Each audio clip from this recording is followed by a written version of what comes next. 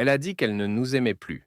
20 ans plus tard, un coup à la porte inattendu. Quand j'ai rencontré Patricia, j'ai eu l'impression que la vie m'offrait une seconde chance. Elle était douce, patiente, attentionnée. Nous nous sommes mariés et peu après, nous avons eu deux enfants, Emma et Gérald. Notre foyer était loin d'être parfait, mais nous étions heureux, du moins c'est ce que je croyais. Avec le temps, Patricia a commencé à changer. Elle devenait distante, souvent absente. Je pensais que c'était la fatigue, le stress, peut-être même une dépression. Je l'encourageais à se reposer, à parler, à demander de l'aide. Elle répondait toujours la même chose. Je vais bien. Un jour, tout a basculé.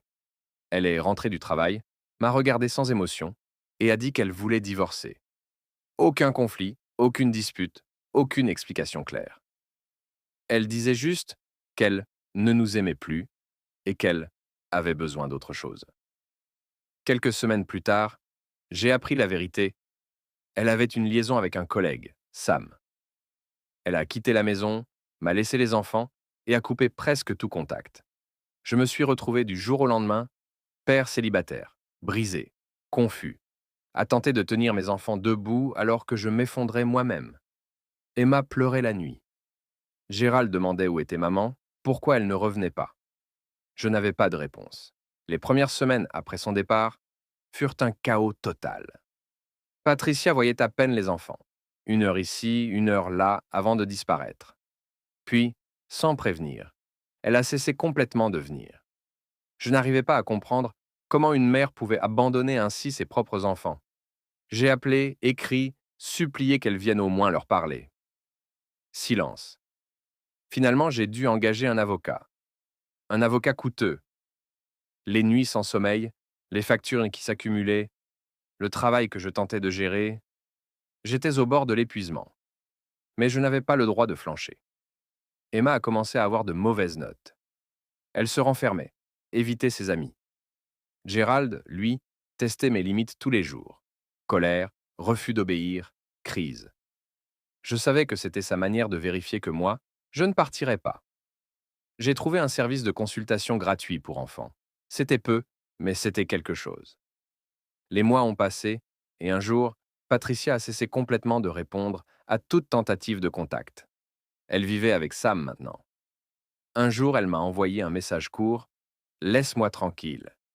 Je ne veux plus rien avoir à faire avec vous. À ce moment-là, j'ai compris que j'étais seul pour de vrai. Ma mère venait m'aider toutes les 2 semaines. Les frais juridiques augmentaient, le revenu de Patricia avait disparu, et j'ai dû refinancer la maison pour nous maintenir à flot. Mais le plus difficile restait l'impact émotionnel sur les enfants.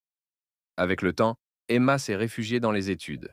Elle est devenue la meilleure de sa classe, a obtenu une bourse complète et est partie étudier l'ingénierie. Gérald a trouvé sa place dans le sport, a décroché une bourse universitaire et plus tard est devenu assistant-entraîneur dans une ligue junior. Après qu'Emma est partie à l'université, j'ai rencontré Lynn, l'enseignante de Gérald. Notre relation a évolué doucement, naturellement. Les enfants l'ont acceptée sans difficulté. Elle est devenue un pilier de notre vie. Je pensais que toute cette histoire faisait partie du passé. Jusqu'au soir où quelqu'un a frappé à ma porte. C'était Patricia. Je l'ai à peine reconnue. Elle avait la voix faible, l'air brisé. À l'intérieur, elle a longuement regardé les photos des enfants. Remise de diplôme, moments familiaux, anniversaires. Toutes les choses qu'elle n'avait pas vues. Puis elle m'a dit qu'elle avait un cancer du sein de stade 4. Les médecins lui donnaient moins d'1 an. Elle m'a tout raconté. Sa vie avec Sam s'était en réalité transformée en cauchemar. Violence, alcool, contrôle total. Elle s'était retrouvée prisonnière, puis seule, ruinée, malade. Sam était mort 3 ans auparavant. Elle avait essayé de reconstruire sa vie, mais la maladie l'avait frappée.